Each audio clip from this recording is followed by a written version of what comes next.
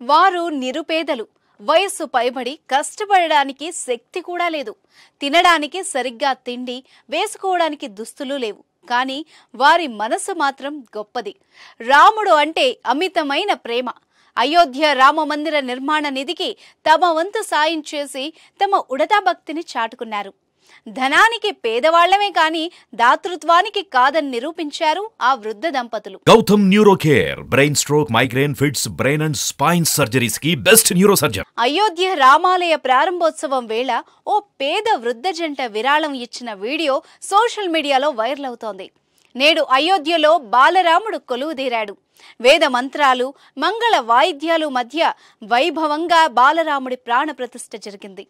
కోట్లాది మంది హిందువుల 5 శతాబ్దాల స్వప్నం సాకారమైంది. ఇక ఈ అయోధ్య రామ మందిర నిర్మాణంలో కోట్లాది మంది భాగస్వాములయ్యారు. దేశ విదేశాలకు చెందిన ప్రజలు తమ వంతు సాయం అందించారు. కోట్లాది రూపాయలు విరాళాల రూపంలో వచ్చాయి. ధనవంతులే కాకుండా చిన్న మధ్యతరగతి కుటుంబాల నుంచి కూడుగూడు బట్ట లేని వాళ్లు కూడా అయోధ్య రాముడికి తమ వంతు సాయం అందించి భక్తిని చాటుకున్నారు.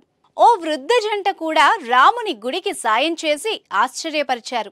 వారికి ఉండడానికి సరైన నివాసం లేదు, వేసుకోవడానికి దుస్తులు సరిగ్గా లేవు, ఆహారం కూడా లేని అత్యంత దీనస్థితిలో ఉన్నారు. కానీ రాముడి గుడి కడుతున్నాం, విరాళం ఇవ్వండి అనగానే ఆ దంపతులు సాయం అందించారు. దాచుకున్న డబ్బుల్ని తీసి విరాళం ఇచ్చారు. ప్రస్తుతం ఈ దృశ్యాలు సోషల్ మీడియాలో చక్కర్లు కొడుతున్నాయి.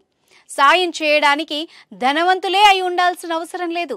మంచి మనసు, దేవునిపై ప్రేమ ఉంటే చాలు అని ఆ దంపతులు నిరూపించారు. రామ మందిర నిర్మాణానికి ఎంతో మంది పేదలు సాయం అందించారు. చిన్న పెద్ద తేడా లేకుండా తమకు తోచిన విధమైన సాయాన్ని చేశారు.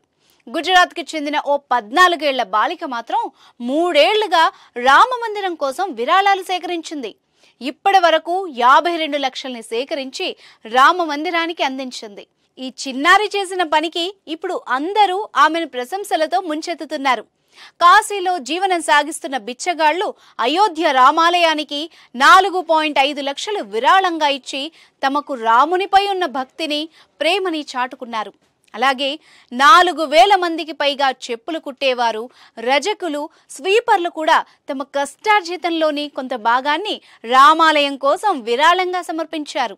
మొత్తానికి అందరి సహకారంతో అయోధ్యలో రాముడు కొలువుదీరాడు.